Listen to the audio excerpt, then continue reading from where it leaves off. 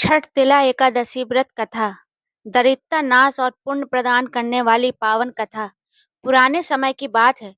माघ मास की शीतल सुबह थी। चारों ओर कोहरा छाया हुआ था, लेकिन आकाश में सूर्योदय की किरणें धीरे धीरे धरती को स्पर्श कर रही थीं। उसी समय बैकुंठ धाम में भगवान श्री हरि विष्णु योग निद्रा से जागे। देवताओं ने देखा कि भगवान के मुख पर गंभीरता है। देवऋषि नारद, जो तीनों लोकों में विचरण करते हैं, भगवान विष्णु के पास आए और हाथ जोड़कर बोले, हे प्रभु, पृथ्वी लोक में मनुष्य पापों में लिप्त होते जा रहे हैं। ना दान, ना व्रत, ना ही धर्म का पालन। ऐसा कौन सा व्रत है जिससे अल्प प्रयास में भी मनुष्य के पाप नष्ट हो और उसे मोक्ष की प्राप्ति हो। भगवान विष्णु मंद मुस्कुराए और बोले, नारद, माघ मास की कृष्ण पक्ष की एकादशी को छठ तिला एकादशी कहा जाता है। इस दिन यदि श्रद्धा से तिलों का दान, तिलों का सेवन, तिलों से स्नान और श्री हरि का स्मरण किया जाए तो मनुष्य के जन्म जन्मांतर के पाप नष्ट हो जाते हैं। नारद जी ने विनम्रता से पूछा, हे प्रभु, क्या कोई ऐसी कथा भी है जिससे इस व्रत की महिमा समझ में आए? तब भगवान विष्णु ने यह दिव्य कथा सुनाई।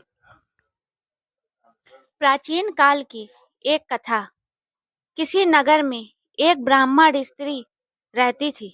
वह दिखने में साधारण थी, किंतु स्वभाव से अत्यंत अहंकारी। वह प्रतिदिन व्रत उपवास तो करती, किंतु कभी किसी को दान नहीं देती, न किसी भूखे को भोजन, न किसी साधु को वस्त्र। वह सोचती, मैं व्रत करती हूँ, यही काफी है, दान क्यों दूं? वर्षों बीत गए। स्त्री ने अनेक व्रत किए, लेकिन उसका हृदय करुणा से खाली ही रहा। जब उसका अंत समय आया तो यमदूत उसे लेने आए। मृत्यु के पश्चात उसे बैकुंठ या स्वर्ग नहीं, बल्कि एक सूना और निर्जन स्थान मिला। वहां न भोजन था, न वस्त्र, न जल। वह भयभीत हो उठी। तभी भगवान विष्णु वहां प्रकट हुए। स्त्री ने रोते हुए कहा, हे प्रभु, मैंने तो जीवन भर व्रत किए, फिर यह दुख क्यों? भगवान विष्णु बोले, तुमने व्रत तो किए, पर दान और करुणा नहीं रखी। व्रत बिना दान अधूरा होता है। फिर भी तुमने एक बार माघ मास की छठ तिला एकादशी का व्रत किया था।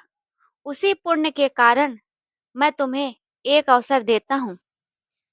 भगवान ने उसे पृथ्वी पर पुनः जन्म दिया। पुनर्जन्म और पश्चाताप। इस बार वह एक अत्यंत निर्धन परिवार में जन्मी। जीवन संघर्षों से भरा था। भूख, अभाव और तिरस्कार, सब कुछ उसने सहा। तब उसे अपने पिछले जन्म का अहंकार याद आया। एक दिन माघ मास आया। किसी साधु ने गांव में छठ तिला एकादशी की कथा सुनाई। स्त्री का हृदय कांप उठा। उसने निश्चय किया, इस बार मैं केवल व्रत ही नहीं, बल्कि दान भी करूंगी। उसने घर में उपलब्ध थोड़े से तिल एकत्र किए।